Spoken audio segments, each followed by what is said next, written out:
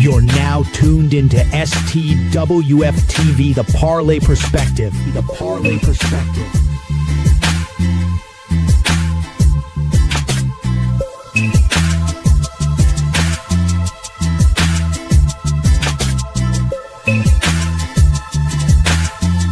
Five, four, three, two, one. Yo, what's going on, everybody? Welcome in. It's the Parlay Perspective. I'm Dale.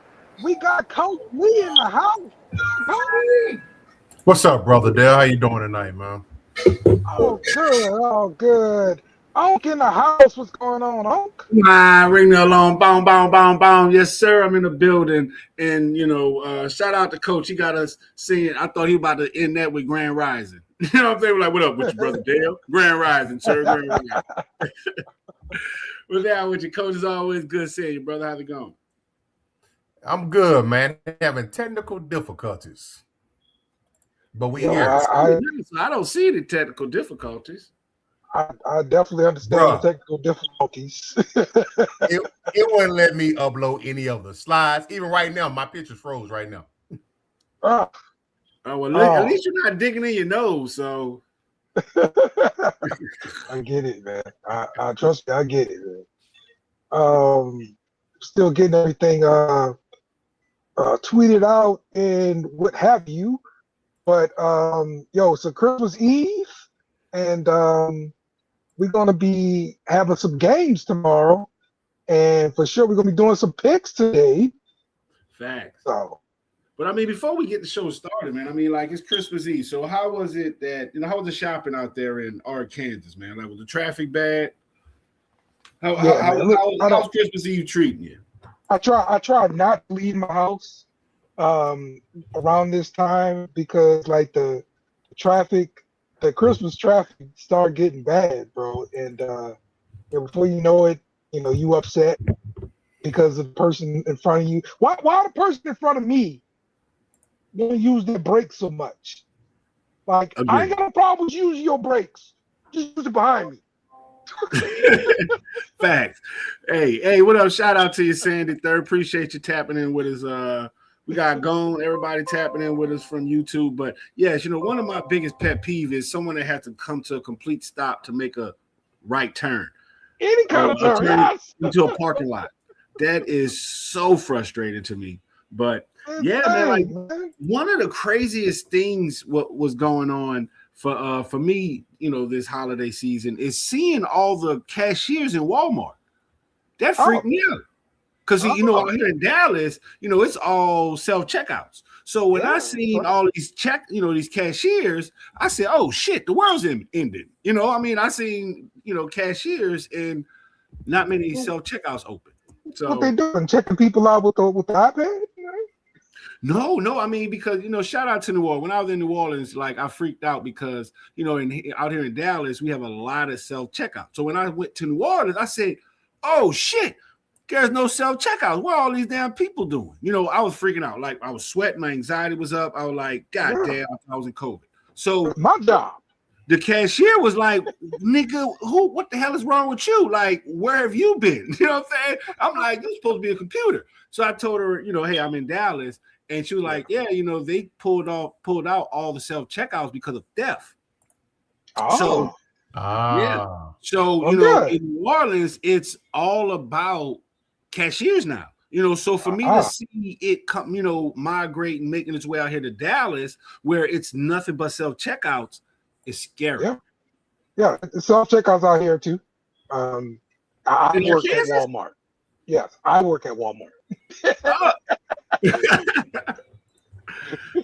Oh shit! So that means you get a discount. My granny used to work at Walmart, and she had a discount card. So yes, sir. You should have let me know that. Yeah, I wish it was a discount.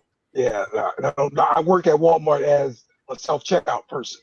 I go in to get my groceries. I got to check them out myself. But no, honestly, man, most of the time I've been using the pull-up service. Pull up, pop your trunk, they throw it all in. Let me find out you be trying to shoot on the little Walmart workers as they come delivering your, delivering your grocery to your car? It's usually dudes. Well, you need a new Walmart, bro. You need a new a new home store, because listen, if my Walmart had nothing but dudes delivering my car, yeah, you know what? Fuck that. Listen, I'm going in. They'll be mad at me. I'll be like, you know what? Screw it. I'm coming inside. There ain't no Twin Peaks girls coming to the car, bro.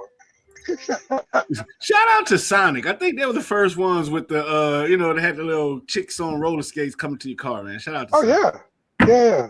Look, the roller skates was made back in the day. I don't see nobody doing that now. That is true. Hey, man, shout out to everybody on YouTube, man. Like, we running up on there, but happy holidays. If y'all haven't checked out, we got a playlist going on for, the New Orleans bounce out there. Appreciate everybody. Y'all go check out that Christmas playlist. Christmas bounce. That's what I'm talking about. I love that, man. Yes, sir.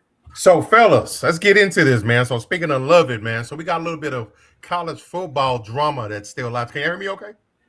Yeah, we can hear you. We just can't see you. You just look like 5 minutes ago. You ain't moved. So it's still okay. Man, what the heck? You know what? It's like watching one of those old Chinese movies where it's translated in English. It's like, what did you just say? That's how we're gonna get rid of that. So got the icon up now? Yeah. So we won't have to get crazy. I don't know what's going on. My internet's acting crazy. But anyhow, we got 8 teams left for the college football playoffs. Let's take a look at those 8 teams and how they have them ranked. And I want to see if you guys agree that this ranking is either accurate or not. So coming in at number 8 at 11-2 record, they got the U. Okay. Of the teams remaining? Of the teams remaining. Yeah. I'm fine with that. Do you think it has more to do with the 10-3 victory over they beat number 7 A&M last week? True. And yeah, it was a low scoring game, that sort of thing. That's what I'm thinking. And every other team I could think of in the CFP, I think they're offensively has more firepower. Okay. Number 7 at 12-1. I'm surprised that they were number 8 because they got pretty much essentially a brand new coach, and that's the Ole Miss Rebels at number 7. Yeah, no new coach. They're still with the LSU's offensive coordinator and offensive staff. Have everybody from LSU is still there at Ole Miss coaching that team. So go Tigers. Go Tigers. Get out of here. That little brother. Number 6 at 11-3 record, they got Alabama, the Crimson Tide. A lot of people felt like they shouldn't even got in to this dance. Yeah. So I probably would have flopped Ole Miss and Alabama here. Okay. I think Bama showed some chinks in the armor. That offense struggles a little bit. Simpkins, he's a good quarterback, but he definitely ain't perfect. So there are opportunities to be had out there, and so that's why I would flop them in Mississippi, Ole Miss. Alabama, yeah, the old Nick Saban, the old Roll Tide. Alabama ain't no Nick Saban. Nick Saban ain't walking through that door. That's my point. Saban ain't walking through that door. That's my point. I mean, it's like they're living a dream right now. It's like, hey, you know what? Alabama don't even know who they are. They were surprised to win the last game. So what is it, against Oklahoma? Yeah, Oklahoma gave them all they wanted in that first half. They're playing at home though, so it's a different story. This will be a neutral site game. So, I'm not too big on Alabama. So, yeah. All right, this one, number 5 team, they're 12-1. Some people say that might be the dark horse team to win it all. And we talk about the Texas Tech Raiders with the Fighting Joey Maguires. Hey, money well spent, right? Texas Tech spent a bunch of money on his roster. They got some talent. and they made it to the playoffs. Now, don't go one and done. You go one and done, the money tree is gonna be upset, and I don't know if they're gonna spend it next year. Well, I think they end up spending NCAA. I don't want to say best, but highest $28 million on their roster.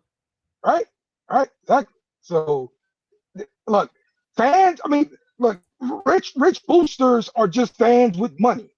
Okay, that's all it is. So you upset them, I'm gonna stop spending my money on this bull. You get me excited, I'm gonna spend more money on this. Okay. Yeah, that's true. I mean, but so we talk like Texas Tech, so they had a historic run this season, but I mean, it's gonna come to a halt. I mean, they had a really good defense, had a dominant defense, and that created turnovers. But do I think that they have the offense to match that? I think that's that's what the actual challenge is. But shout out to Chris, man. Appreciate you tapping in with us. Merry Christmas to you, Chris. All right, number 4. Wait, no, why who was that? Baby Jesus on his profile picture? Who was that?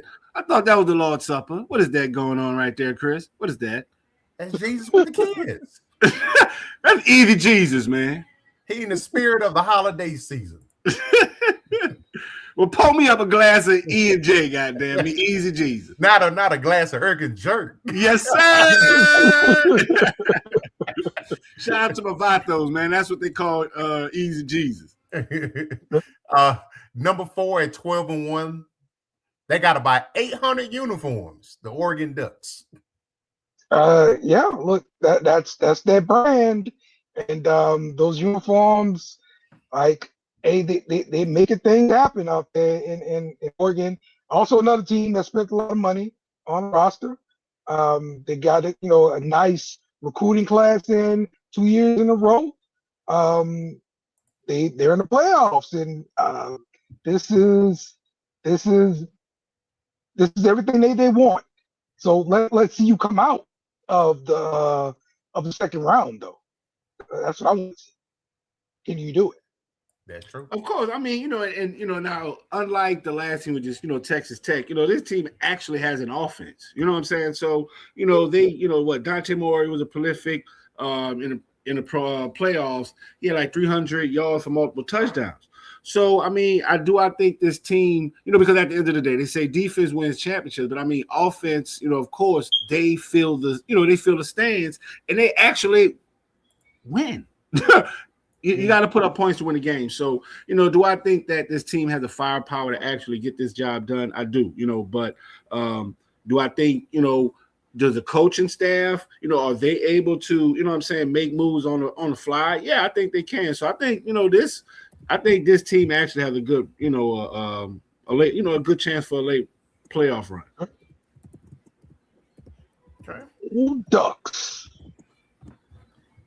Number 3. Now, I think this is just such a word. I think this is the most gettable team out of the 8. I haven't been terribly impressed. Not just simple fact to keep kicking in my favorite team's teeth on a constant basis, but they're coming in number 3 to 12-1, the Georgia Bulldogs. How vulnerable do you think they are?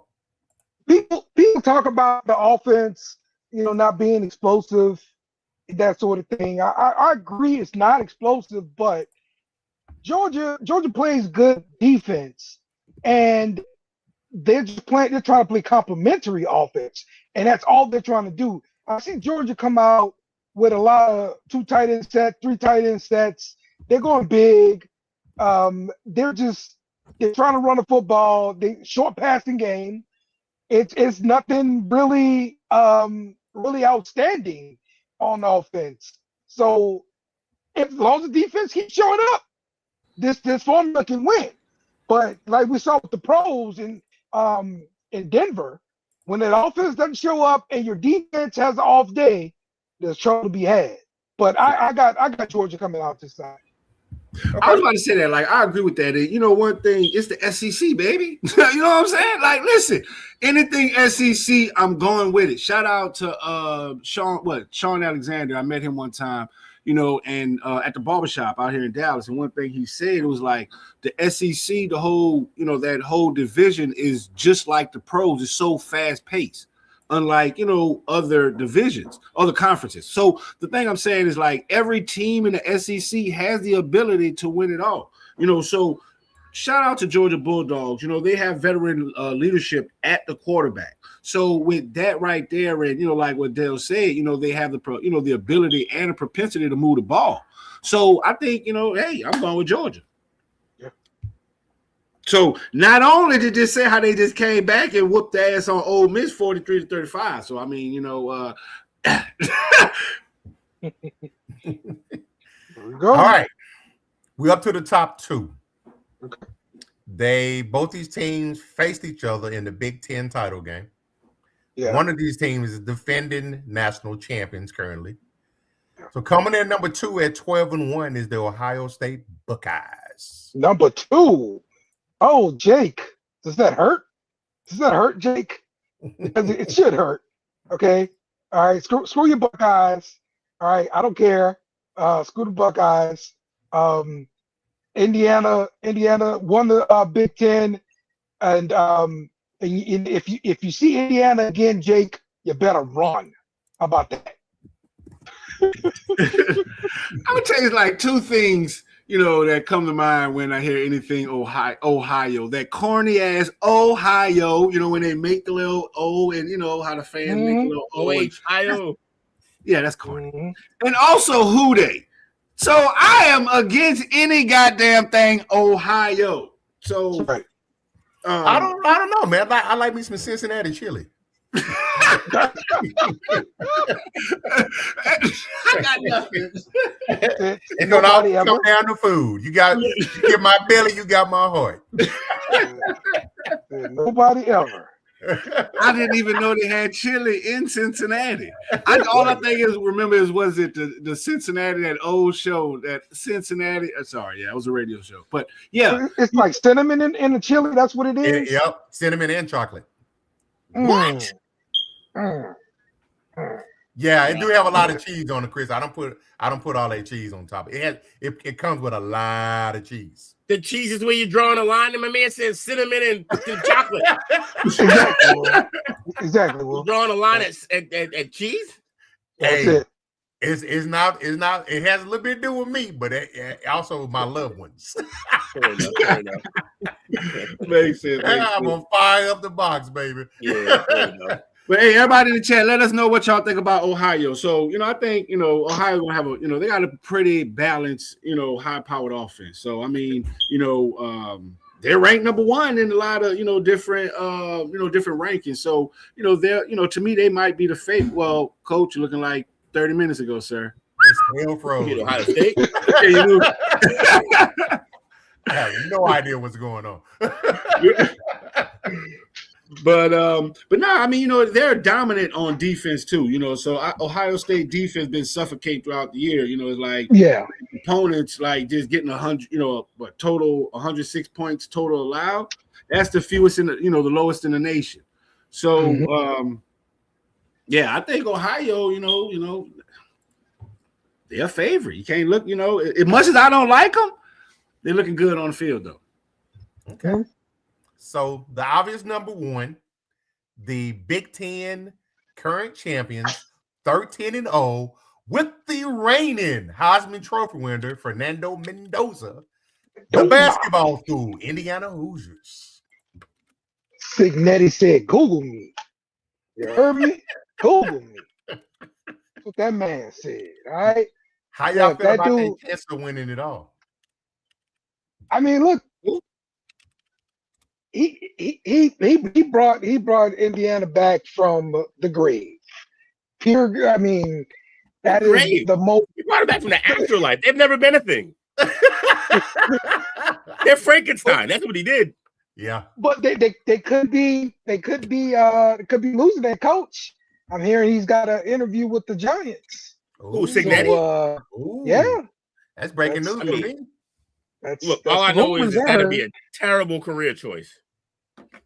Okay. An awful idea. Hear me out. Okay. I'm listening. Hear me out.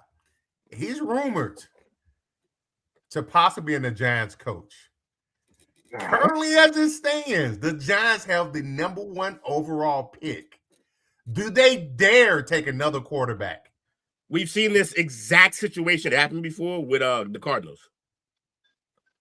Yeah. The big difference being, oh, that's right. The big difference being, I don't think Dart looked as bad as Rosen. I think Dart gave them hope. Now, here's the thing: they can flip Dart. Yeah, but everything looks concussion. But now, here's the thing, though: you flip. I know he's also a wild boy for that, yeah. But you're gonna flip Dart, you're gonna lose Scatterboo because he's gonna be heartbroken. Like, they became besties, man. That's true. They're all in on Dart. They're not going to take another quarterback. Their coach is all Dart and Scatterboo right now. If you do that, you might lose a team. I mean, you're not going to lose a team unless. Here's the other thing: are you sure that this kid's going to be him in the league? Because we already know he's going to come in at that point. He's not going to have to learn a new offense, more than likely. He's going to get used to the speed of the game, but it kind of helps though. A brand new first-time NFL coach with a quote-unquote franchise quarterback that just won the Heisman and potentially the national championship. Also, have you heard both of these respective quarterbacks talk before? Like, yeah, heard them do interviews with them? Yeah. You tell me who you getting behind. Yeah. One got a little bit more fire than the other one, but man, those are so fiery. I'm just saying, Dart's a guy you would like. He's like, it's Jim McMahon, that's Baker. I mean, that's Baker Mayfield. Like, it's an energy that can galvanize the locker room. The other guy loves Jesus, which I'm not saying is a negative. I'm just, he's creepy. I don't know. My man said he's creepy. That type of creepy? Nah, not bad. Not like just like all right, like if in 20 years we found out he had a couple bodies in his basement, I wouldn't be shocked even a little. He just seems nuts. But he could play though. But I don't know if he could play in the league necessarily. So I don't know if you give up a product that looks like it's doing all right, that looks like it has potential and already has a locker room. That's always the issue with young quarterbacks. You have to make a bet one way or the other, and sometimes you're gonna end up being wrong. So all my jokes aside, like, how do y'all view Dart as a guy that is like you could definitely move on already, or do you think you got to give him more time? I think I give him more time. But you have to give him more time, especially with the starters, because everybody was hurt. Right. So that's another thing too. I'm not saying you don't invest in that position at all, though, because the concussions have to be a concern. But I don't know if you addressed it in the first round pick. Nah, you addressed that the same way you addressed it this year with a guy like Jameis or somebody in the back, like that's already established. If you're addressing that in the draft, you're telling your team we're not sure. You can't do that. Wait, so we talk about Dart for the New England, New Orleans, New York Giants? Yes. Got there eventually. All the news. It was a drive. We was on a road, a nice little flight on that one. I like it. Yeah, exactly. That's what I was just saying. See how I went all of those places that was irrelevant, and I landed at a place that was irrelevant? Get rid of him. I am so mad at listen. It's like until the New York Giants, they got a little dark cloud over them because I don't like how they did Eli Manning. They benched him for another fucking Jones. So, hey, I don't like any quarterback that's going with the New York Giants. And I think Dart, I wasn't impressed with him in the beginning. So, and this is New York. No one gets a second chance. It's like, no, it's time to move on. You didn't do it the first time. How you going to get it right the second time? Time to move on. Yeah, you could just as easily be here again next year having the same conversation, which I don't know. I kind of feel like just let him play out. You got to give him more time than a year. He didn't look terrible. He had some bad games for sure. He had some bad games. Here's the other thing too. Neighbors spent his rookie year having to deal with whatever they had running through that quarterback. That's true. Then his second year, he comes in dealing with whatever they wanted to start out with, starts to get some rhythm, gets hurt. I think he likes Dart and that energy. You go ahead and switch up on him, you might lose the receiver too. I don't know. There's a lot going on. And I'm not saying we haven't seen nothing that says Neighbors is going to be a diva, but it's the position, right? Like we know what's going to happen. He just comes with the territory. It's kind of prerequisite. Like, yeah. And he's in New York. It just breeds contempt. So, yeah. I do like the idea of the potential big three, though. Say what? I like the idea of the potential big three of Dart, Neighbors, and Scatterboo. I like, yeah. And I don't like exiting on that idea before you even get to see it. You know what this sounds like? Joe Burrow ourselves into it. I mean, this is the same story as Joe Burrow. Who is this? Jay Chase and the running back. All of them get hurt. And they were like, oh, well, you know what? We'll try it again next year. And what happens next year? They get hurt again.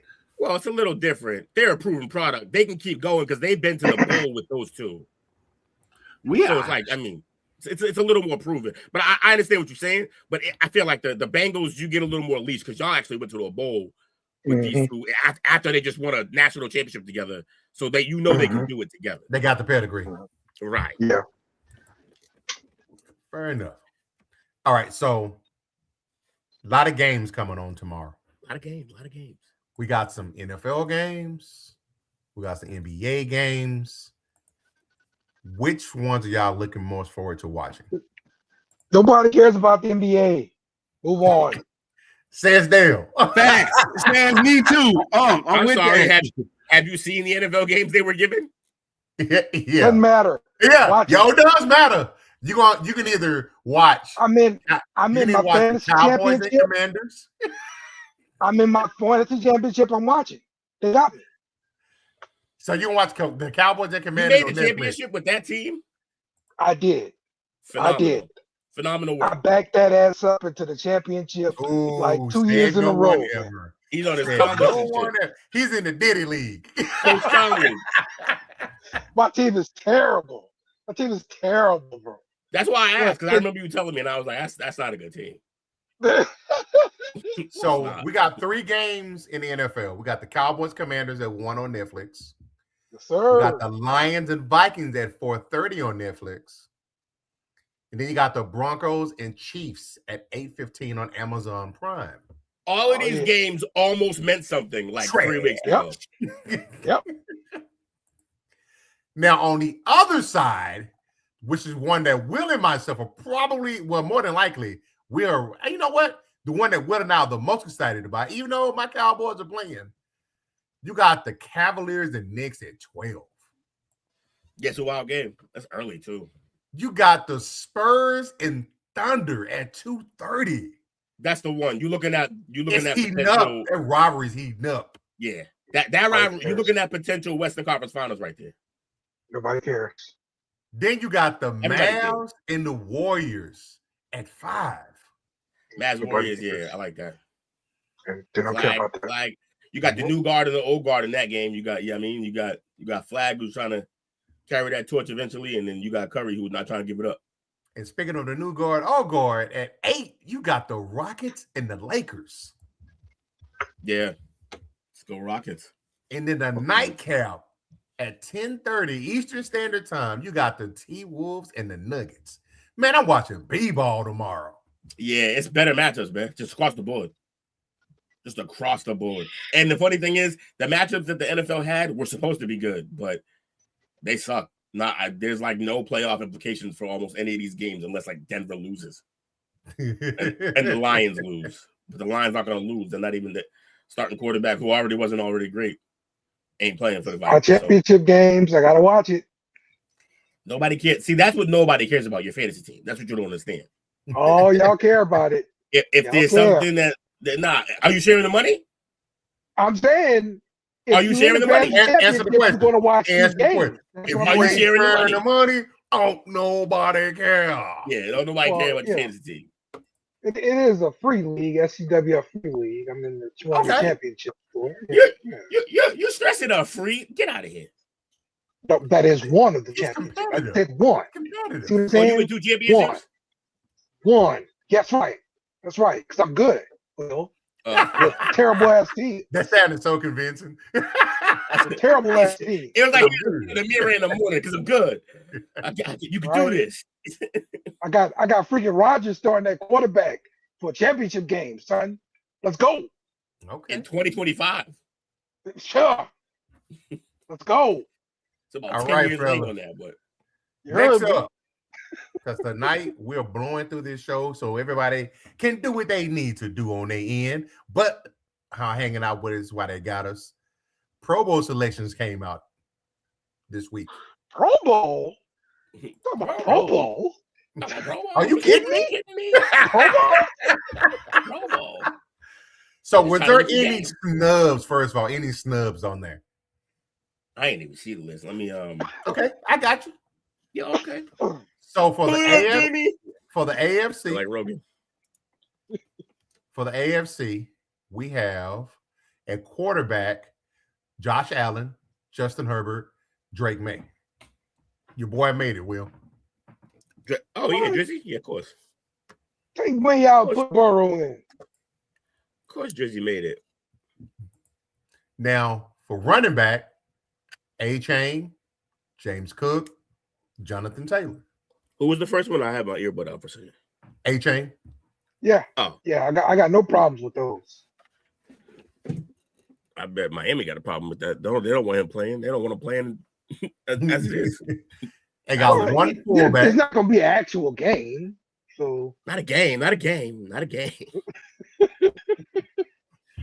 You got one fullback, Ricard from the Ravens.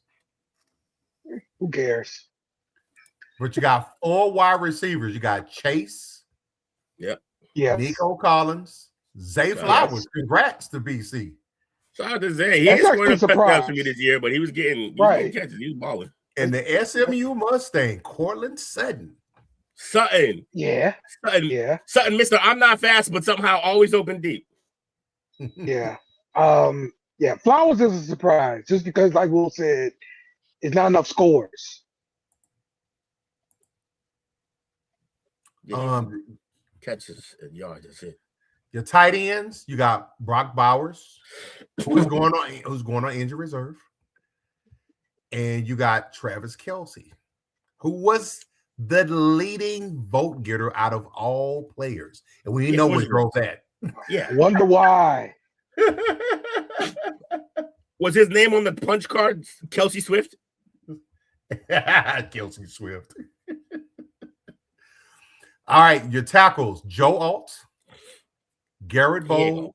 He ain't playing How? with his damn team. No, they played 3 games. Already did. He played nothing. That's crazy. And Maybe, Deion you know Dawkins. what? Hold on. You know what's funny? Maybe they were like, look how bad they are that line without him. And then, like, you got to send him. You got to say he's really good. That line is awful without him. Your centers, Creed Humphrey, Tyler Linderbaum. Linemen in the Pro Bowl are weird because you just got to be nice. I mean, I guess they all got to be nice individually, but some of us need teams like to carry. They don't care if your team's good at lineman. If you block it, you block it. Offensive guards, Quinn Meinerz for the Broncos. I don't know if I said that right. Quinn Nelson, Trey Smith. Shout out to Quentin Nelson. Then on the defensive side of the ball, you got your defensive linemen, Zach Allen, the incomparable Chris Jones, and Jeffrey Simmons. Your defensive ends, Will Anderson Jr., and Max Crosby, and Myles Garrett, who's probably going to be your defensive MVP. Again. Yeah. You might not get that. Myles Garrett don't belong in the Pro Bowl. Why? It's controversial. Flip it. It's provocative. Gets the people hype. What does it even mean? I don't know. It's provocative. That guy gets it. Outside linebackers, you got Nick Bonito. Oh yeah, he He had himself a year for Denver. He's one of the main Man, reasons that came out Denver of beat. nowhere, bro. Like you can't tell me what school he went to. But like, oh no, school no. So yeah. So when you say nowhere, you mean like in the league? Yes, because before this, I remember his name ever being called anywhere. But Exactly, bro. he came to the league as an athlete, and he is gonna leave as a savage. That dude makes plays everywhere. He's an Oklahoma Sooner. Is he really? Yep. See, no, I don't even remember this dude in Oklahoma. And it kind of makes sense why he's balling. He's from St. Thomas Aquinas. Let me guess, Texas. This guy. That's Florida. Oh, look at me talking shit. It's one of them schools in Florida. Yeah. Thule, Tua Peloto, and TJ Watt are your outside linebackers. TJ been hurt half the year too. No, man, this man's still like up there in sacks. I mean, he's still TJ Watt. Yeah. Right. Just saying he was hurt. That's all I'm saying. Well, yeah, he's still eating. I mean, him and Myles Garrett is like 1-2, right?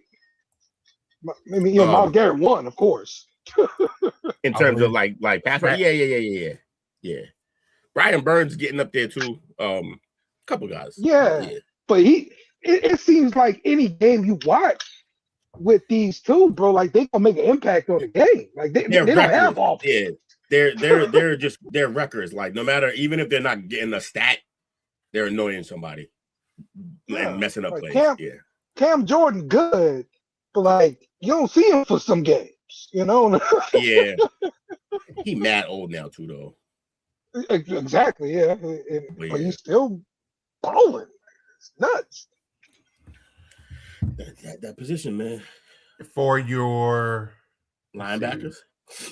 No, for your corner. Oh, yeah.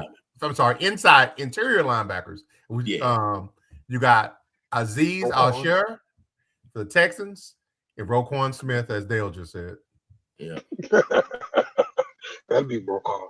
Your cornerbacks, Denzel Ward, Surtain II, the current defensive MVP, Derek Stingley, and the pride and joy of the Colony High School out of the DF Dub, Kristen Gonzalez. Oh, my dog. Will's boy. He was happy when y'all drafted him. I was? Who was? I was? Yeah. Yes, sir. Yo, yeah, we were happy for that pick. That was one of the few times we were like, yes, it's exactly what we wanted. As safety, one of these safeties, I'm very surprised at. Out of the three, you got Derwin James, Kyle Hamilton. They're kind of regular. His year ain't been that good. Derwin James. No. This is name only. Yes, but he's good. He's good. The problem is he's not great in pass coverage, but he be up at that line making plays. Now, the third one, which surprised me because I haven't really seen many of his games, the incomparable Jalen Ramsey at safety. Fascinating. Yeah, it is. I don't know how that defense been Swiss cheese for the most part. Your kicker is obviously Dicker the kicker. Stout is your punter. On the side. Dyke is the kick returner. Hey, DK, Dyke. Easy. I'm sorry, get his canceled. DK, my bad. Trying to get his canceled. Do enough work. Skowronek is from the Steelers, and your long snapper is Ross Matistic. That sounds like a long snapper's name, Ross. Ross Autistic. Wow. You're talking about me. Yeah. That's what I'm saying. You gotta save them for me. You gotta save the quota for me. You can't use them, or we're in trouble. That just rolled right off his tongue. Wow. Oh, boy. All right, on the NFC side. Any Saints? I doubt it. You got at quarterback, you got Matt Stafford, Sam Darnold, Tyler Shuck, Dak Prescott. Yeah, makes sense. Running back, Jahmyr Gibbs, Christian McCaffrey, Bijan Robinson. Yeah. Fullback, Kyle Juszczyk. Juice. Wide receivers, Puka Nacua, Jackson Smith and Jigba, Amon St. Brown, George Pickens. Pick.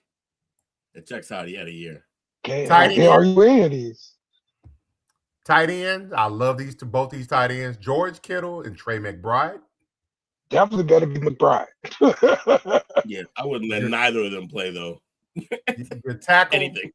Sewell, the silverback and the ageless wonder, Trent Williams, and Tristan Wirfs. Yeah, Okay. makes sense. Your centers, Drew Dahlman, Cam Jurgens. Your guards, Chris Lindstrom, Joe Thuney, Tyler Smith. Your defensive linemen, Jalen Carter, Leonard Williams, Aiden Hutchinson. I'm sorry. Jalen Carter, Leonard Williams, and Quentin Williams are your defensive linemen.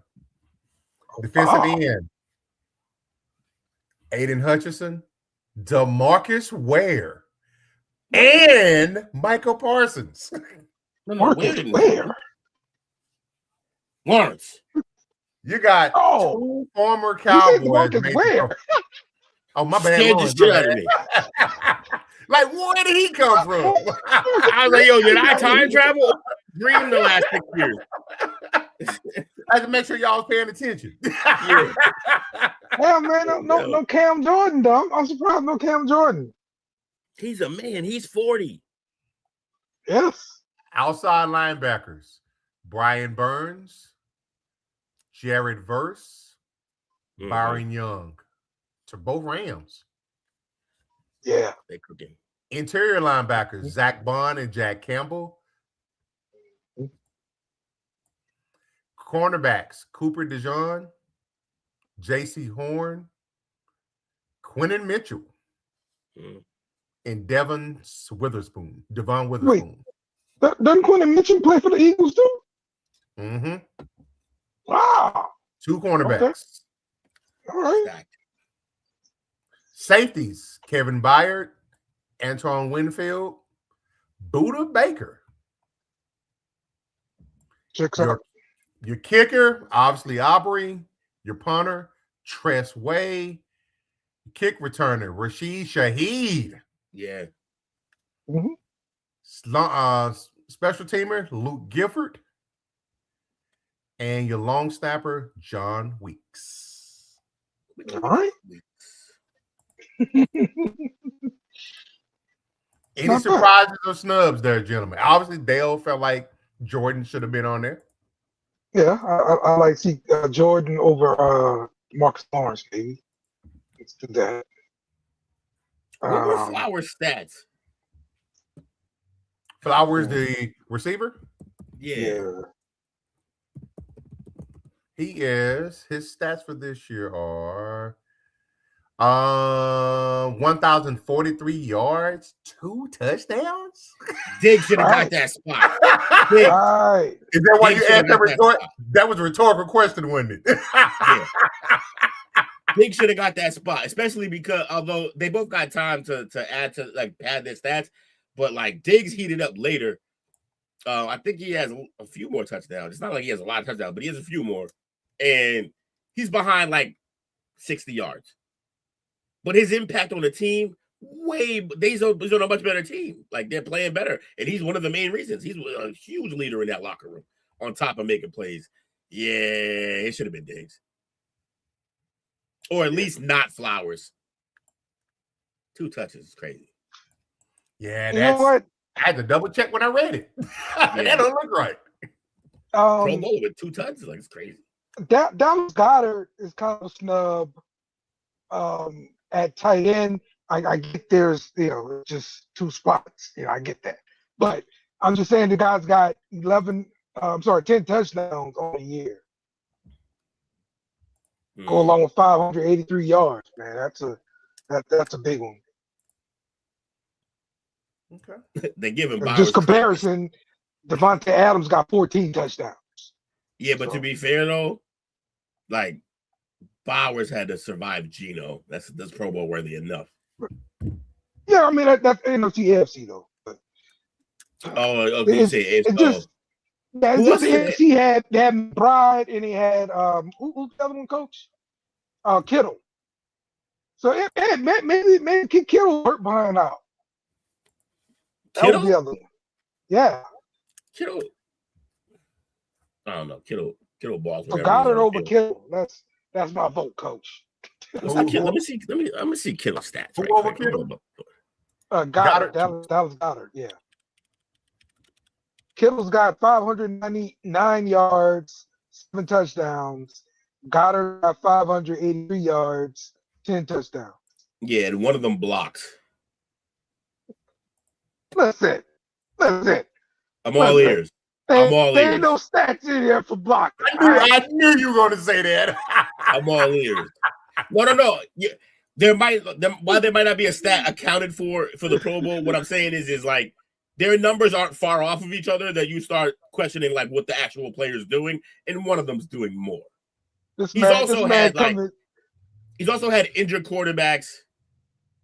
I mean, that whole team been injured. No, that's real life out there. And they're 10 and they're what, 10-4, 11-4? It's real life out there, man. They got a better record too. Yeah, you gotta give it to the guy with the better record. Impacting his team more. Get this Goddard guy out of here. This is how these Pro Bowl discussions take place. I rebuke your snub. I rebuke your snub. This is what happened. It must be annoying doing the Pro Bowl. They be in there just talking shit. Just playing favorites. All right, flip the damn coin. Go ahead, flip the coin. Take him off the board or put him on. You know what? I don't even care. Go ahead. Not the hill I'm going to die on. Yep. All right, fellas. So we it's time for our next favorite segment this week. Playoffs? You want to talk about playoffs? Playoffs? Are you kidding me? We're just trying to win a game.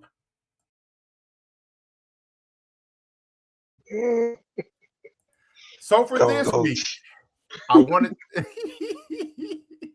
for this week, I want to go into and pick y'all minds on the joys of being a fan. We got the highs and the lows of being a fan, but the true testament of our ultimate fandom is when we witness great moments and great careers. So I want to take a look at some of the most absolutely not. I want to take a look at some of the most iconic sports records that may never be broken. Sure. For the soccer fans that is out there, oh my God, this is kind of crazy. No, this is crazy, Dale. Just think about it. Why don't you like soccer, Dale? Okay, so right now my kid is getting big into soccer. I bought him a bunch of soccer crap for Christmas. And you shitting on it?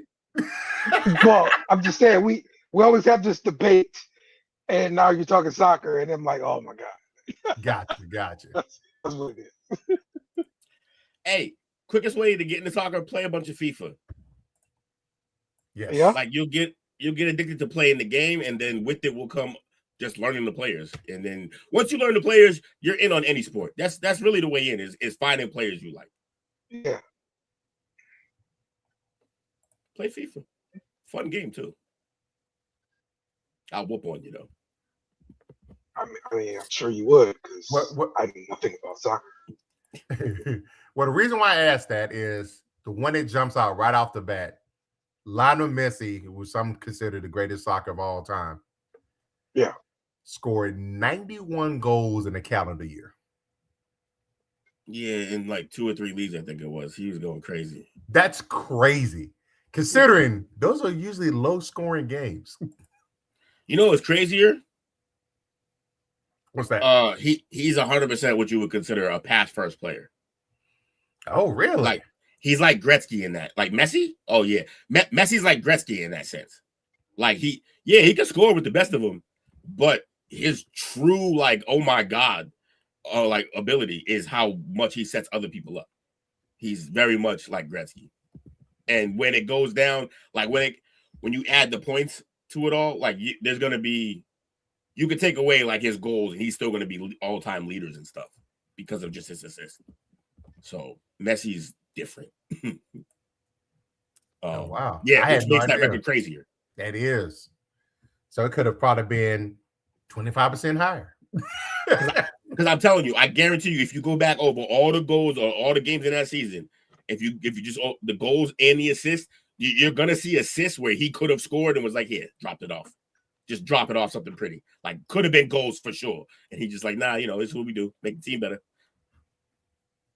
Wow. So yeah, that's a filthy stat. Shout out to Messi. Yeah, shout out to Messi. Like the guy, I know his name, and I can't pick him out of the line. Right. But that's the thing, though. To know his name when you have no idea about anything soccer, that's global impact. Yes. For our generation, there's only one other name like that in that sport, and it's Ronaldo. Yes, Ronaldo. Also, couldn't pick him out of the lineup. Look, especially if you watch him at the beginning, he changes his entire face. Next up, we have Hugh Nichols from the throwback days of soccer. Of baseball. He stole 138 bases in a season. Wait, didn't Ricky do this? I thought Ricky had the record. Ricky came close. In 1982, he had 130. This record is for the Cincinnati Red Stockings and is a record from 1887. That's why. So in the record books, it is Ricky, because that's not an MLB stuff. Okay.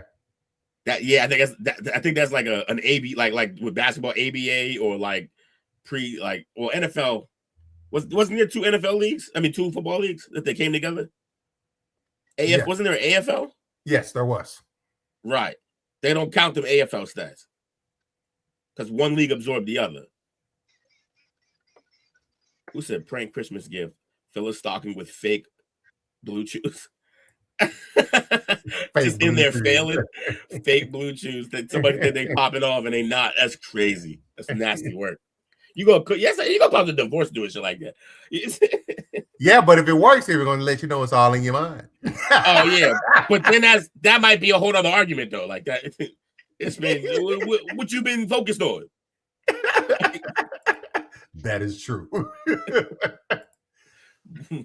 This one we thought was gonna get caught by Tiger Woods, and then ultimately his wheels flew off. Byron Nelson with 11 straight PGA victories. Hold on, is that the wheels flew off? That's a little close to what happened. That's a little close. I think the wheels might have stayed on. The windows got smashed by a golf club. Four. Swinging. This record is. We also thought that maybe Rory McIlroy might, because he started off hot. Yeah, that's true. Dale, let me guess, you don't watch golf either, do you? Oh no. How you gonna work on a sports network and you limiting your sports? Ain't Arkansas mostly fields? Like, y'all should be playing golf. I mean, people play golf. I'm not one of those. They might be doing something else in them fields in Arkansas. I'm not one of those people that play golf. Nah, they're gonna be the only motherfucker playing golf with a mini golf club. They don't make club his size. That's my problem. They don't make. I gotta get custom made clubs. There's no driver that's my size. I gotta stand like 5 feet away from the ball. Will, how tall are you? Oh, like 5'8". Okay, I thought you were taller than that. No, I'm not that tall. Gotcha. 5'9". John Stockton with the career assist, 15,806 career assists. No one's gonna do this because no one's gonna play like. So not only was he a great passer, he played with one of the greatest scorers, and all they did was run a 2-man game, pick and roll the entire game. And so And so like it's a and then he played for 20 years. So like or 21, something like crazy. So like yeah, he's the perfect like storm of great passer already. Yeah, I mean, like I said, one of the best scorers ever that he's passing to. Right. And then he played for an eon. So like yeah, that's a tough one to break. I thought Chris Paul was gonna have a chance. But too many teams that Chris Paul was on, he had to do the opposite of Messi. He had to go get buckets because they absolutely needed it. So yeah, who else had a shot at it that I thought maybe LeBron is fourth. LeBron's in fourth, yeah. He also scores, but he's in his 23rd season. I think if Magic didn't get hived up, he might have smashed that record. But oh my goodness. I've never heard of it as that term.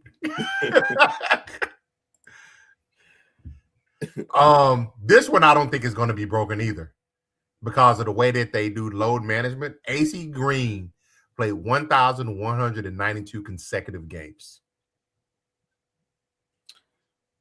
He has another record that probably won't be broken. He got another record that probably won't be broken either. You believe that record? It's a weird thing to tell everyone.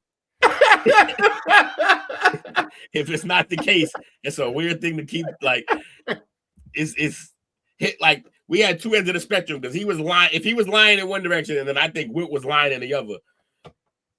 What Wilt's story? Oh, Wilt got that. I think Wilt screams 10,000 bodies. Yep. And AC Green said what? He was absent. He was like 40, still a virgin. Yeah. In LA in the 80s. In LA. Oh. I can't imagine how you could do that in LA. So I'm with you, Coach, on maybe he lying his ass off, but like that's still a weird ass thing to tell people. He might have went the Mormon approach with it. In LA? That's a drive. It's crazy. Go to Utah, get traded. So this one, shout out to Jake. Richard Petty at 200 career NASCAR wins. What was Dale saying earlier about something we don't care about? Barry Bonds, 7,662 career home runs. Do you believe an asterisk should be next to it? No, but they should just mention how his hat size grew like four sizes over his career. That's all. Here's why. Like he hit the remember the he broke the record 73. He hit the 71st or 70th off a guy who was juicing himself. They was all juicing, man. I ain't mad. He was a Hall of Famer before he ever jabbed himself with a needle. He was already one of the greatest players. He already had an incredible bat speed. Yeah, like and the numbers to back it, like both sides of the ball too. Like he had two careers, kind of like Tom Brady did. Like he had this whole great career as this young stud athlete, and then the juice era started like hitting hard, and then he just had a whole juice career that was crazy. I got one. This is did funny. You know for you, Will? 1,200 left turns. Oh, they said that's 12,000 left turns. Sorry, go ahead. I got one. Did you know for you? Okay. He hit his home run, record-breaking home run. I always taught my people, but he hit it off the great Mike Bassick, who is a Duncanville Panther. A juicer? Not a juicer. No, I'm kidding. Yeah, off of Duncanville baseball, huh? Good and the bad. Mm-hmm. Emmitt Smith, 11 consecutive 1,000-yard rushing seasons.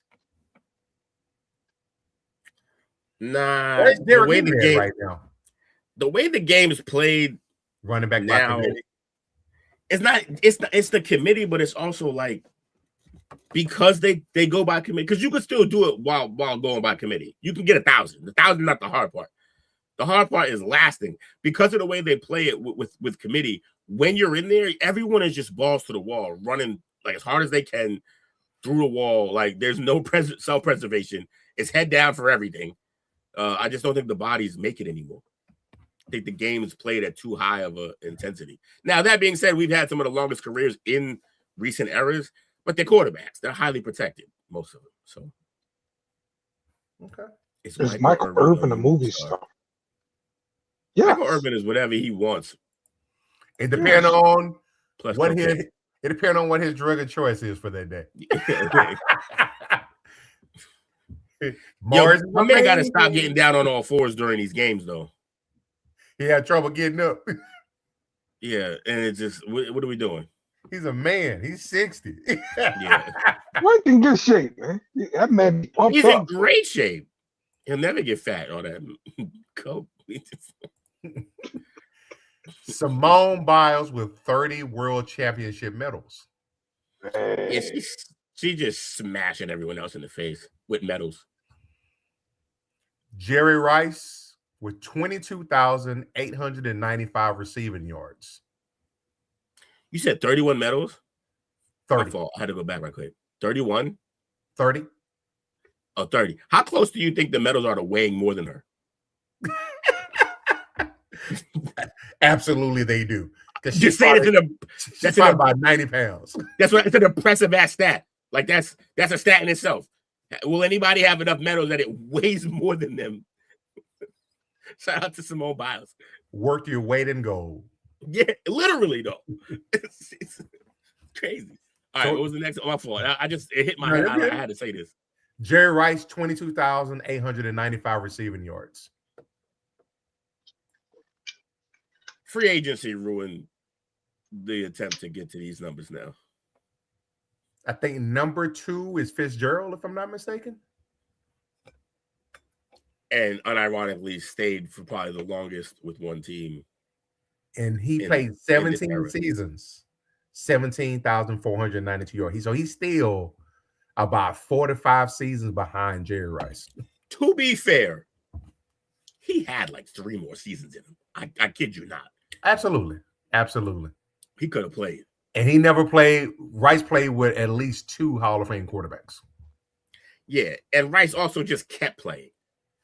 Like, we got to see him grossed out in the Raiders jersey. Then even worse, wearing a Seahawks jersey. Yeah. He left the Predator about that time. And it wasn't even a cool Seahawks jersey. It was the worst version of their jersey. Yeah, it was terrible. Not fun. Wayne Gretzky, 163 assists and 215 points in the season. So I wonder if your list is in order of like, if somebody put it in a specific order or like, because these ones, we're starting to get to ones that are like harder. Like no one's touching these records for Gretzky. Probably so. Like he leads all time in points if you take away every single goal he scored. He still leads all time in points. Yeah, because that's the next one. 1,963 career assists and 2,857 career points. It's absurd. The great one. Yeah. His records are the most untouchable.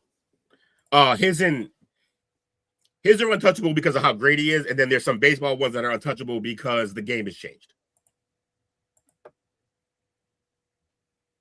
You're probably going to get to those soon. Cy Young. Yes. We're getting close. Joe DiMaggio, 56 game hitting streak. I'm of two camps here. One is like, that's a phenomenal record. Incredible. May never be broken. I think we've gotten the closest. I think people have gotten like 30 games, something like that. Maybe a little more. But people, they accept strikeouts a lot more now. Yeah, but the other part is, the other camp that I'm in is, I don't believe half of some of these baseball stats from back in the day. Yeah. Yeah. That I got a couple of these, by the way. I also don't believe Wilt's 100. Give me Kobe's 81 as the highest point scored in the game. Yeah, nobody. There's no footage and no one talks. No one's like, oh, I was there. I seen it. No, lying at. Nobody was there. Folklore. So let's say played in a high school gym and there was no admission. This is bullshit. But back to where were we at? Baseball. The hits one is crazy. The hits one's crazy also because I don't know. People, they just get hurt too often. I don't see anybody doing it. Also, half of them dudes weren't playing with black folk. I don't care about that. Nah, for real, because they kept Satchel Paige out for how long? Then Satchel Paige came into the league, dominated, and then I think he came back at like 50 and was still untouchable. But y'all ain't want to play with bro. I see why. That's true. Y'all ain't want to play with bro. I see why. So y'all records is trash. And that's a valid point because I was talking to somebody, Chuck, that's been on here before. I work with Chuck, and we were talking about NFL titles, and he brought up all the world championships that the Packers won. Packers. And I was like, yeah, we don't claim that. He goes, why not? The championships. First of all, the NFL doesn't recognize them as actual championships. They recognize them as conference championships. And secondly, those are what I call Jim Crow championships. Yeah. He says, what? No colorful. No brothers balling. Right. What the hell is going on out here, Lombardi? Like, yeah, what's going on is you ain't got no black folks on the field. That's what's going on. That's why y'all, and it was like 6 teams in the league. Right. Wilt Chamberlain's 23,924 career rebounds. Yeah, we're back at this. Anybody see it? Can I talk to one stat boy? Just one scorekeeper to tell me about a 55 rebound game. Oh man. Pete Rose's 4,256 career hits. No one's getting there. And that's another one of those Charlie Hustle. That one, remember, there's 2 different types of records that can't be touched. Ones that are by greatness and ones that the game has changed. You're just not gonna be able to do it. This one is greatness. Like, you're just not gonna do it. The only guy that I've ever seen in my lifetime who I thought could have actually broken that record was Ichiro, if he had played here his whole career. Yep, that's true. That's the only one. Other than that, no. Absolutely not. Wilt Chamberlain's 100-point game. You know what time it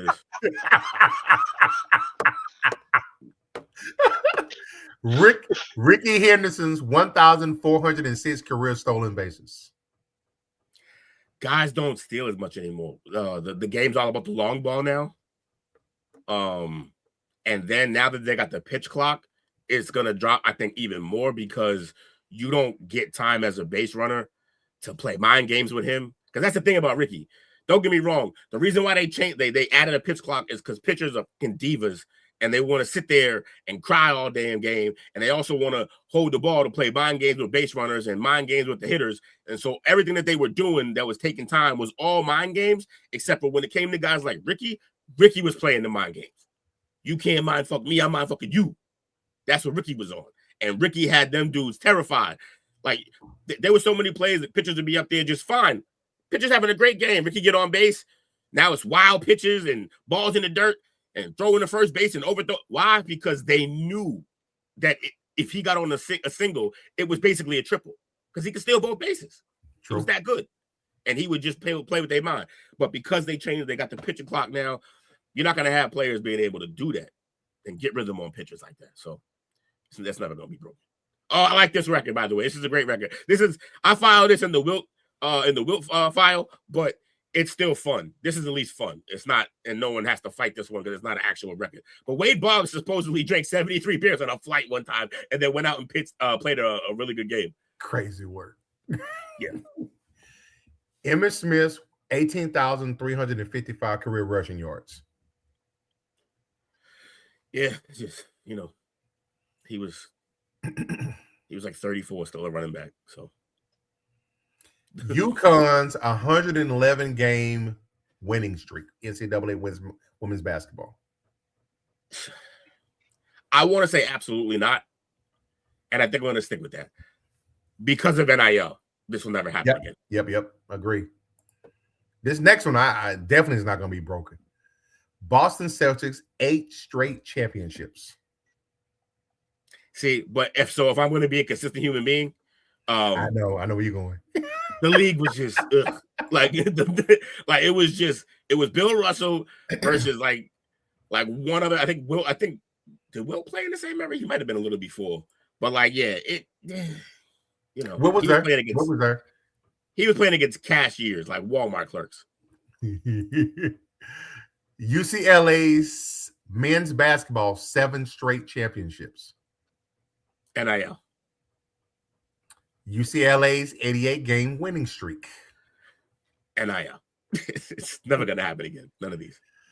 Michael Phelps, 23 Olympic gold medals. You're never going to get a guy with that pair of lungs who can also smoke weed and destroy you in a pool like that. There's been guys who got close, but which in hindsight, that may have assisted him in his lung streak. That's what I'm saying. He picked the one sport weed might actually help you.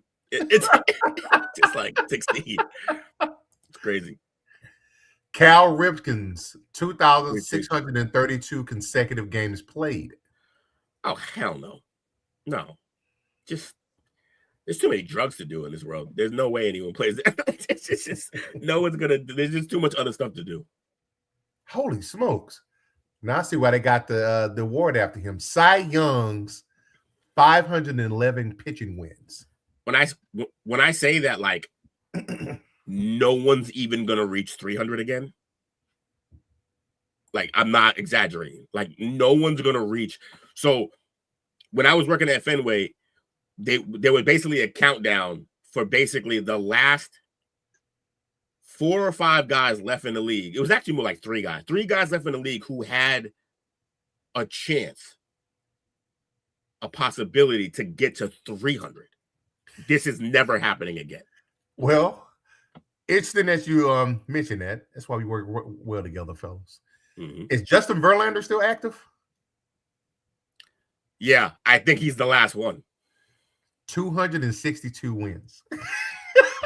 Think about that. He's barely halfway there. See, you see, when I'm having this conversation, my mind's not even about the 5. That's not a thing. It's not a thing. My mind was he's almost to the 300, which is the actual benchmark now, because that's my whole point of the story about Fenway is that there was this conversation about the last couple of guys who have a chance at 300, and that was a conversation because it was just funny how no one's even going to do that anymore. So the 500 something is never happening again. By the way, if you ever get a chance, we won't do it now, it takes time, but if you ever get a chance, go look up how many games he was playing. See, they do a 5-man rotation now. He was pitching like every game. I don't even know how he did. Like, he had rubber for an arm. It just should have fallen off at some point. It doesn't make any sense for him to win 500 of the games. Also, who is he playing? Good Lord. Plumbers and electricians. He's playing a high school schedule. Like, I don't. That's nuts. So my last part of this segment, that's 25 that we looked at. But my last part of what record-breaking event did you either witness in person or watch it on TV that is memorable to you? Before you do that, before we get to that stadium is the bomb. Is that a bomb joke from an Atlanta guy? You should be a little more tactful, considering. Yeah. Figure it out, Chris. Merry Christmas. So it's a memorable moment, like most memorable moments? Yes. So I got a few, obviously. We all got a few, because especially if you like multiple sports. The first one I'll go with is turning the TV off and legitimately would have missed it, and was like headed to bed, furious after Brady fumbled when Woodson sacked him. Oh, I turned the TV off and was done for the night. That's it. I didn't wait for no verdict or nothing. I turned the TV off. I was done with football, maybe forever. And luckily, I had a loud ass neighbor. And when the call got overturned, I heard him scream, turn the TV back on, and then watched a dynasty begin. I'll never forget that. I know exactly where I was. I can remember the layout of the room. It was cool. That was so crazy. Yeah. Okay. Good one. I could think of 2 instances. Okay. First one, block. Nick Anderson shooting the free throws, Orlando Magic Yeah. Wow. ruining his career for the rest of his life. Like, It ended a dynasty before it started. That's also rough because that's not even your team. It's just a team, and you remember. It's not even your that was my sport. team back in the day, bro. Okay. Okay. Yeah. That's way before. That's right. It's way before the Pelicans. Right. Yeah. Fair. Fair. Of course. I mean, I know everybody will think about like the Minnesota crap, but the one that hurt me for the Saints, it was a playoff game versus the 49ers. And we blitzed what's the quarterback with the messed up leg now? Alex Smith. Mm. That was in a shotgun, and he ran a QB sweep around the left side and scored because we ran a blitz. So and we lost that game. Coach, before you go, I'm gonna take a guess. Not what your moment is, but I'm gonna guess that it's positive, which is just funny. Why are your memories of pain? You had positive moments for your team. Yes. Why would you? That pain hurt, man. But I was so psyched up. I might be a master, bro. He might Jimmy be a Graham master. caught a touchdown. I was in the bar. I was screaming in the bar with other Saints fans. All right, I just knew we won. And dang on it, this happened. Why do I have a better Saints memory than you do? I remember being down south at a family vacation, family reunion. We had already done the reunion part. We went to Myrtle Beach after, which is the fun part for us. And we're at Myrtle Beach. I'm in the basement, the lobby of the hotel we're in, and the game is on, and Gleason gets the block punt, and the place erupts. And like, really good. I was watching with like a handful of people who happened to also stop because the Saints were like, oh my God, at the point because of everything y'all went through. So like we sat there and like we all kind of just gathered and like, you look at this, you see this shit, and then they blocked it and we lost it. We screamed in the lobby and like they were like, yo, y'all good over there? Like you don't know what's going on in the screen over here. It's crazy. Yeah, but that was a great memory. Nobody would have beat us that night, bro. Like, straight up. I got a bad Saints memory. That I can't wait to remind you of. Y'all got all them laterals off for Carney to miss that extra point. Yes, that's another bad one. Yes. Oh my God. Okay, I'm sorry. I'm done. Go ahead, Coach. There are quite a few in there, man. Like being a Saints fan, it should pay. So for mine, most of mine are going to be football related because that was my most favorite sport growing up. The first one is going to be the comeback of the Buffalo Bills against the Houston Oilers.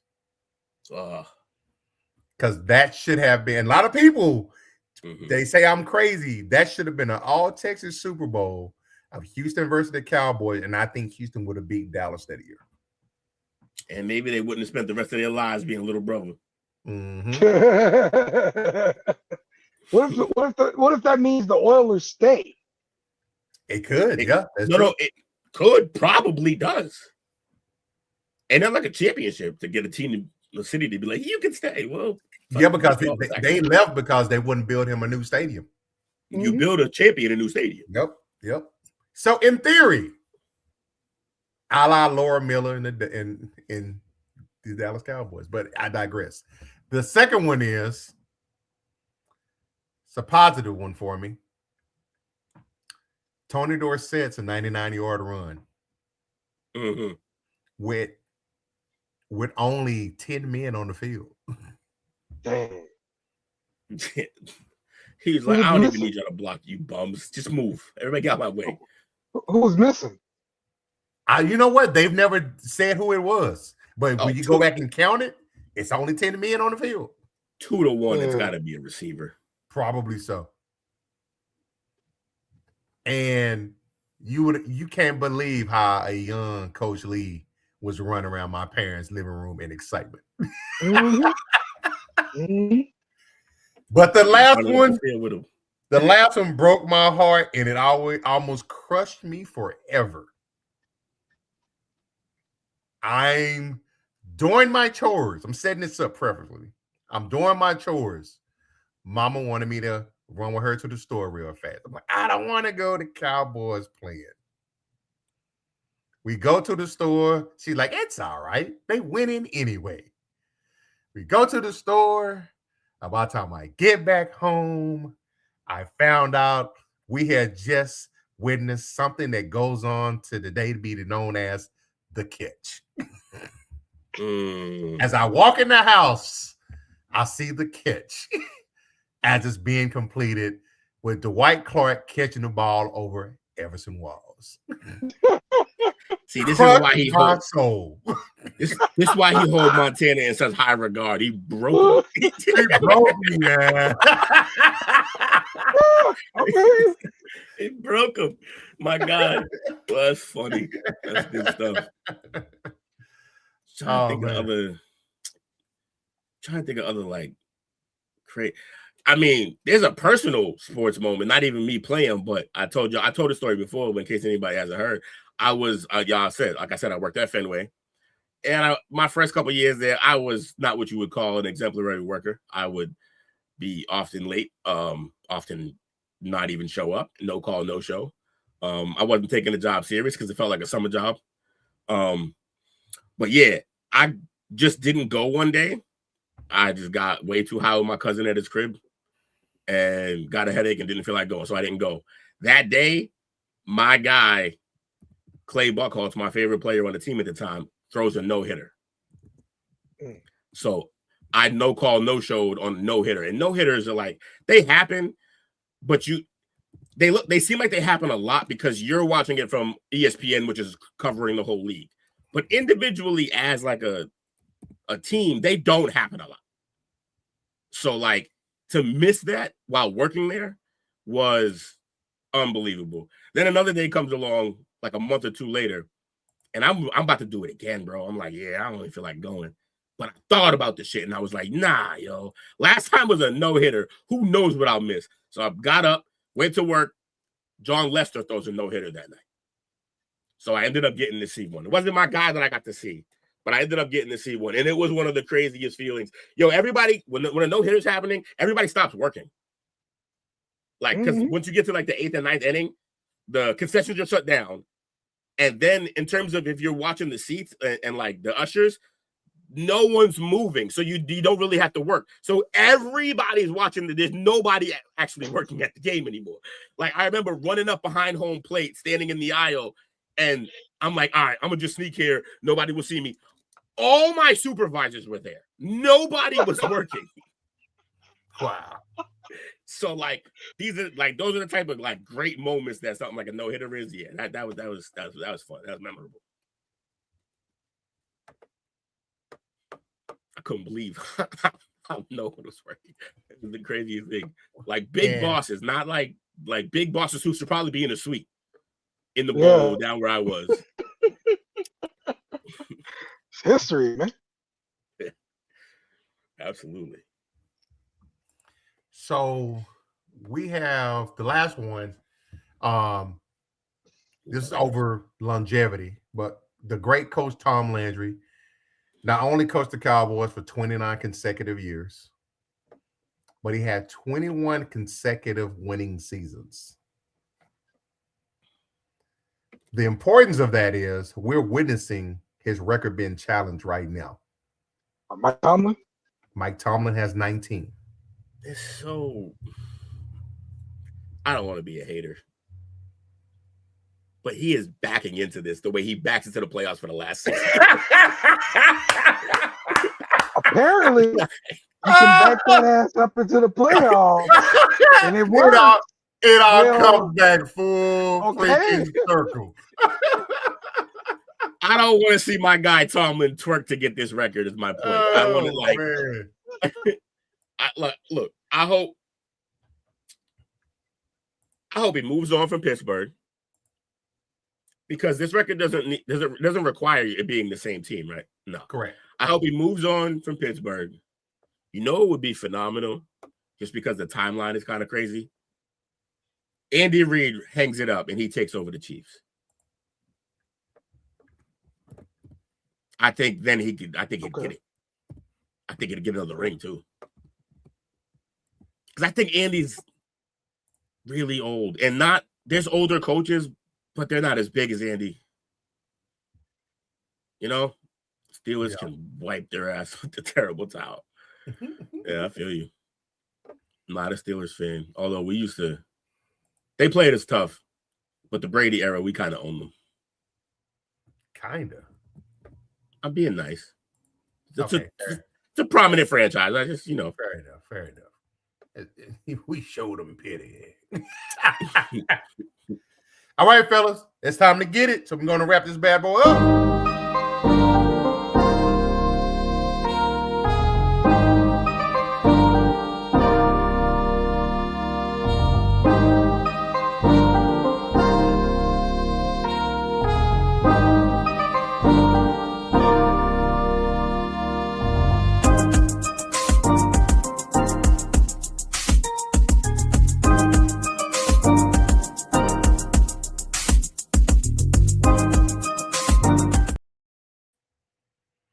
All right, fellas. Chris said he will miss us. Where you going to go pick up your mail order bride? Is that Merry Christmas, Chris? Okay. Last week, collectively, was probably our best week. Except for somebody, he's probably going to claim this, but somebody was already in a giving mood last week, and he gave us all a Christmas gift for the week. Took, I think for the first time this year, came in last place. Yeah! Get him out of here! Wrap both his belts around his head. We don't want to see his face. Took came in at 9-7 last week. So imagine 9-7 being a bad week. He's still like Tomlin right now. You hate to see it. You do. No, you love to see it. I don't know what you was talking about. I don't even know why I agree. Next to Took was Chill Will, came in at 11-5. Hate to see it. You hate to see that I can't make up ground on the rest of you bums. I came in at 12-4. And Dale and Jake tied at 13-3. Let's go. 13-3, Dale. 13-3. Let's go. I ain't got nothing for you, Dale. You ain't get no graphic, you bum. Dale, we're gonna give you a virtual hug. This is why I was melting down, because what I was trying to do earlier, none of this crap was working. My slideshow I did a hell of a slideshow as well. None of that's working. No. That's why my message in the group chat was a little icy. This time, tell me if you ain't gonna be here. So shout out to Dale and Jake at 13-3 for the year. For the year. I am still bringing up the rear at 147-92. Coach Caboose. Our guests there are 144-91. Obviously, it's obviously the number's going to be off a little bit. Are who we thought they were. Will is 148-91.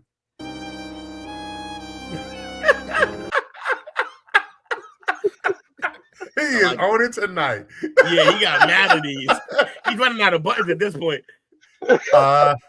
Dale is 152-87. It's your birthday. Yes, it's your day. I told you, he's running out of shit. It's the birthday song now. Jake is 153-86. Hello? You play to win the game. And Took is 160-79. Yeah. But he's had back-to-back 9-7 weeks. Oh, yeah. You're coming back down to the pack. And before that, he went 8-6. Look, Going back to the I pack. told y'all like 3 weeks ago, he ran away and hid with this. He's way ahead of pretty much everybody at this point. He's teasing us. He's gonna smash these last 2 weeks. Yeah. You know what it is? You know what it is? When he gets up, and then we all kind of got it. We don't go full chalk, but we all kind of gotta go chalk. He starts doing his contrarian thing. He has to go against the grain. And that's how he ended up with these last 3 weeks, just trying to go against the grain. That's all it is. He's just being too. He's building content. Yeah. So let's get into these games, fellas. Go ahead and pick. So first game, Dallas at Washington. I low-key want to take Dallas, man. Washington, Oh, nah, Dallas. I got Dallas here. Yeah, that's easy. Jerry will have a condition if they lose this game. Yeah, straight up Dallas. I'm going to take them this one last time. If they don't win this one, they are not beating New York. No Mariota, no JD5. Damn it, y'all better beat them. Yeah. It's a must. Detroit at Minnesota. Are we drinking into this? Yeah, everybody drink up. I forgot about the thing. Yes. This next one, we drinking up Denver at Kansas City. Mm-hmm. Yeah, Denver. Say again? Yeah, Denver for sure. Yeah, Denver. Keep the drinks flowing. This was a pretty good game, fellas. Houston at the Chargers. I want to take Houston, but I don't think it's going to be easy. This is one of the harder games to pick this week. It's Houston's been on the street, man. They're hot. They are 4-3 playing away. So the Chargers are 6-2 playing at home. I'm gonna stick with the trend, and I'm gonna go with the Chargers. Ooh, okay. I can respect it. Coach, I got a suggestion too. Yes, sir. Chris has been doing a pretty good job. I think he got them all so far of picking in the chat. You could use his for the guest. Let's see. Insert GUEST. What was his first? I literally just made more work for him, but it's in the chat at least. Like, you know. What's his first three? You take Dallas or Washington? He took Dallas. He took the Lions and Denver, and now he's Denver, taking Houston. And now he's taking Houston. Yep. Okay, got it. Got him in. Let's go, Chris. Shout out to Chris. You're the guest picker this week because you're in the chat holding it down. Let me think. So, like, I want to pick the Chargers. I think this is a perfect game for Houston to drop. But that defense is so crazy, and that line for the Chargers isn't. Mm-hmm. But I like the way the Chargers have been playing lately. I know that Houston's been playing well, too. I think they got to come back down to earth a little bit, and I'm going to take the Chargers here. Got you down. Go Chargers, go. Chargers, go. That's so 80s. It is. Baltimore at Green Bay. Yeah. Is Love playing or is Adele still wrong? I haven't heard. I think both of them are going to be out. Willis has a shoulder issue. Yep. Yeah. Yeah, that Green Bay pick looking kind of good. Yeah, but I trust Snoop more than who's the third quarterback for the Packers. Malik Willis starting, right? Oh, I thought you said Malik was hurt. Malik's got a shoulder issues right now. They haven't confirmed it or not. Oh, snap. No, I didn't know this. Okay. That's what I'm saying. That's crazy. Shout out to Chris, new member. He did something. Oh. Uncle, we want that money. I might have to change my pick. Yeah, I'm going Ravens here because I know what Snoop Huntley brings to the table. It's not world beating, but I don't even know who's throwing the ball for the Packers. Yeah, I mean, even a running back is gimpy. Trying to think his name. Jacobs, yeah. Oh, And then Watson's not playing. I don't think he's hurt. All them receivers are always hurt. Yeah, Mike is not. Yeah, I'm going with the Ravens, man. I'm going Ravens. Going Ravens? Okay. Yeah. I would agree with you on that as well.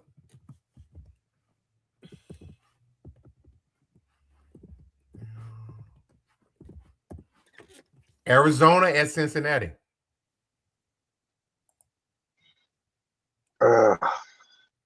I'm going Cincinnati.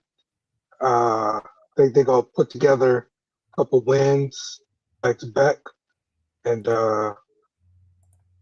get it going. Yeah, Cincinnati. Cincy. Oh, yeah. Yeah, give me Cincy. They're doing the thing they do. They win sometimes in the back half of years when they suck. I'm taking Cincinnati as well. Everybody taking Cincinnati, huh? Mm-hmm. Everybody go. There it is. Chris taking Cincinnati as well. Well, ain't that his team? Yeah. Chris, your team got to find a defense next year. And we got Pittsburgh at Cleveland.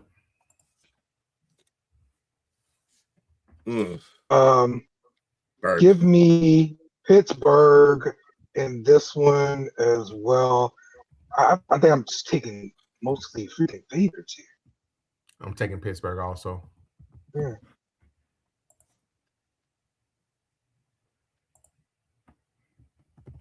He picked Cleveland. Got him. You got to click over, right? I'll just tell you who he picks. You got to click back over. Appreciate it, bro. Yeah. Never pick the Steelers. I feel you, man. Who'd you take, Will? I picked Steelers.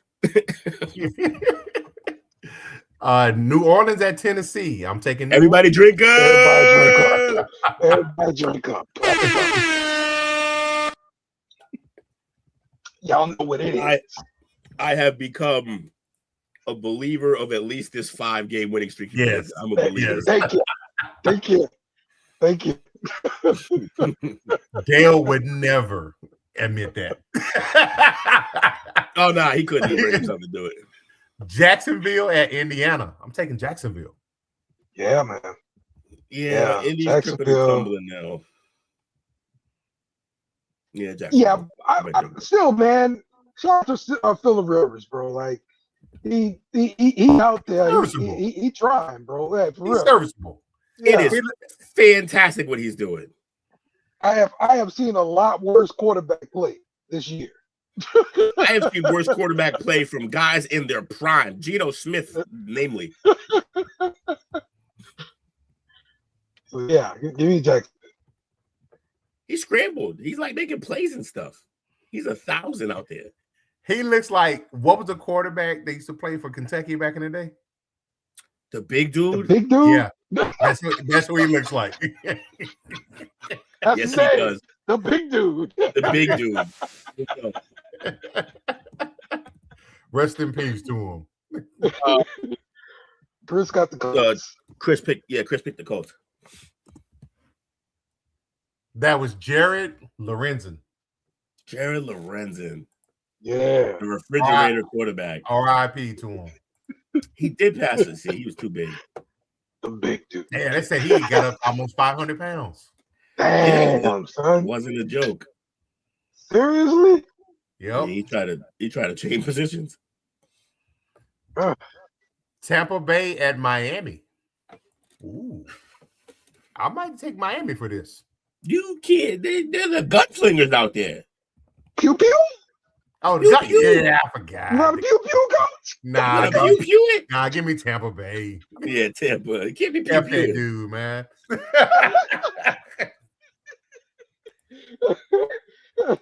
Yeah, I got Tampa. Thanks for reminding me of that, Will. Dale's gonna let me pick that crap.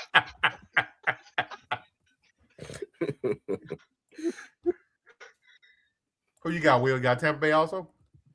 Yeah, he'll take a pick of the Dolphins. Everybody drink up on this next one. New England at the Jets. Oh, yeah. Oh, for sure. Or Chris gonna throw a curveball and pick the Jets. Yeah, he will. Just around For me. sure. Who you got, Chris? He picked the Jets. Look at him. Guy's a menace. Can't bring him nowhere. This game might be pretty good because they've got potential division implications. 2 different divisions, but you got Seattle at Carolina. Yeah. I put Seattle #1 in my power ratings. Yeah, he did that. So he has to think otherwise he's out of his damn mind. Fair enough. He'll never hear the end of it if he picked the Panthers there. I'm taking Seattle on this one as well.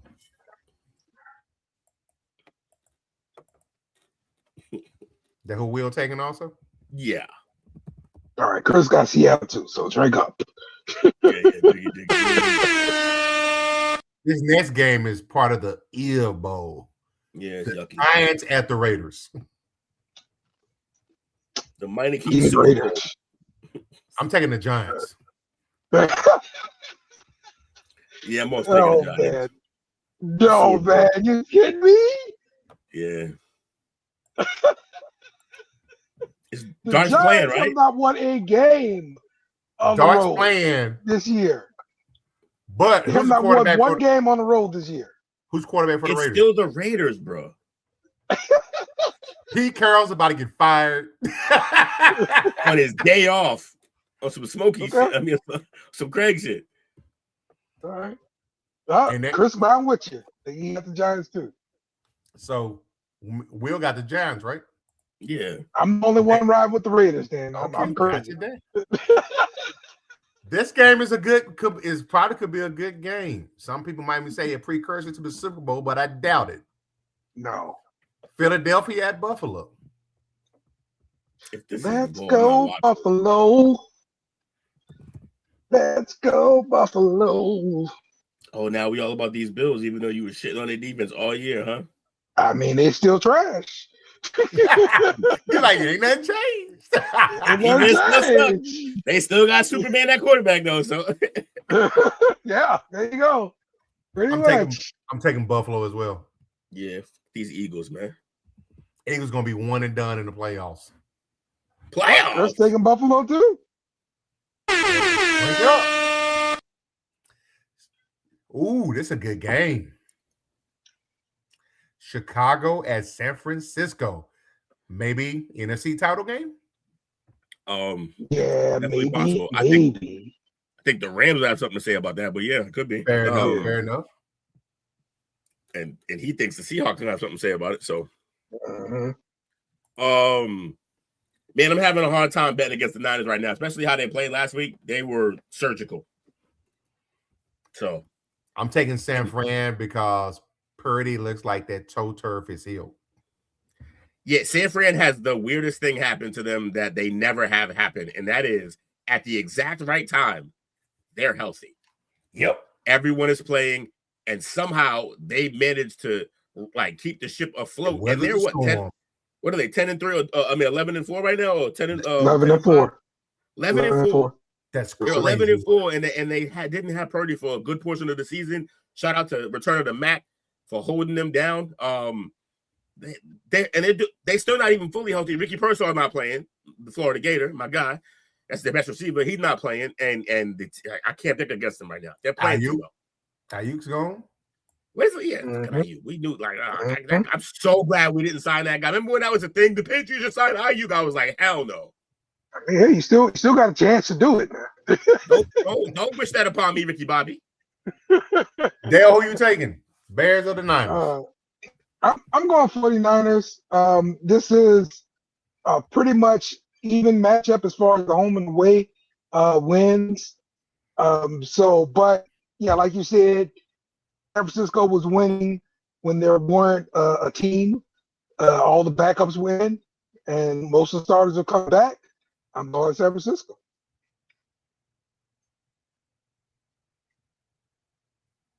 Rumor is Adam Silver will be sneaking down.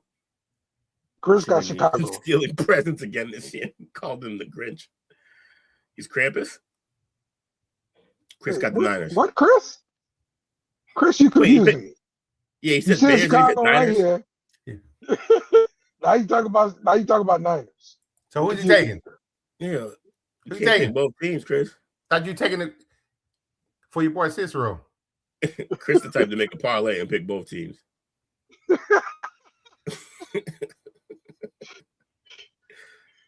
My bad. Okay, Chicago. Yeah, you got Chicago. Go Chicago. All right. All right. And last but not least, we've got who will probably say is going to be in the Super Bowl for the NFC. The Rams. Everybody drink up.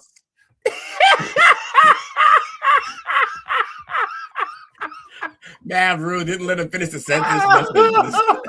It don't matter. It's always going to be any of the other 31 teams against them any day. Yeah, the hate is so real. I just never understand it. Atlanta, Chris. Rams in Atlanta. Atlanta. Talkings. Rams versus everybody drink up. He didn't get to hear it because Dale's ridiculous. He mumbled that out of there, didn't he? Yeah. No, not today. Oh man, block that shit like Zion, man. The few times we see him play, we're locked in, gentlemen. We wait for Jake and Truth to get theirs in for us tonight, or before kickoff tomorrow. Any shout outs you gentlemen have tonight? Shout out to you fellas, man. I'm glad I made it in for the show. I didn't know we was going. That's my fault. I should have been kept on checking. I just thought we weren't going because nobody was talking about it all day. But okay. Shout out to the chat. I'm gonna have to call you out on this one. On me? What I did? Yep. I wasn't in there. I'm gonna call you out though. What? I basically called you in tears the other night. I miss my bros. You thought I was late tonight? I didn't realize. Because the question was arose. We were like, are we even going? Like, they was like, is coach just going to be with the family? And I'm like, yeah, I got to start cooking and shit. Like, but nah, that's on me. That's on me. I got you. Yeah, but you knew that, and you still apologize in the chat like a real one. That's on me. It's my fault. You good. It's on me. Well, he's a stand-up guy, man. I got to watch out for coach. Shout out to Will for mailing me a bride. Mailing me a bride. Hey, you going to get me on the Epstein list and cut that shit out. across state lines. Yeah. Take that. Yeah, I ain't Diddy, man. I ain't trafficking. No trafficking. Thanks, Chris. Appreciate you. Yeah, Merry Christmas to everybody, man, and happy birthday, Will. Hour and a half. Well, technically about 2 hours and 40 minutes. I was born 1:42. Yeah. 1:42 in the morning. Christmas Day. It's your birthday. Yes, it's your day. It's your birthday or your favorite holiday. Break it down. Appreciate y'all. Merry Christmas. Shout out to you fellas, man. I appreciate you coming here and saving your boy tonight. It's a lot of fun. Make sure you guys go out and enjoy your family tomorrow. If you don't celebrate Christmas, or if you do, just get some rest, relaxation. Be thankful for what you have, not for what you don't have. Shout out to Sandy, Gondile, Panther Bear, and Chris and Brandon for hanging out with us tonight. As always, you guys spending your Christmas Eve with us tonight. Diddy coming down the chimney, baby. If you don't celebrate Christmas, you go to hell. No, some player. I'm not even. What's the sign out tonight? Merry Christmas and Happy New Year. So we get Feliz Navidad. There it is. That's the one. Tejas, we out of here. Thanks for watching our show. Remember to subscribe for more shows on the network. Smash the like button, share, and comment.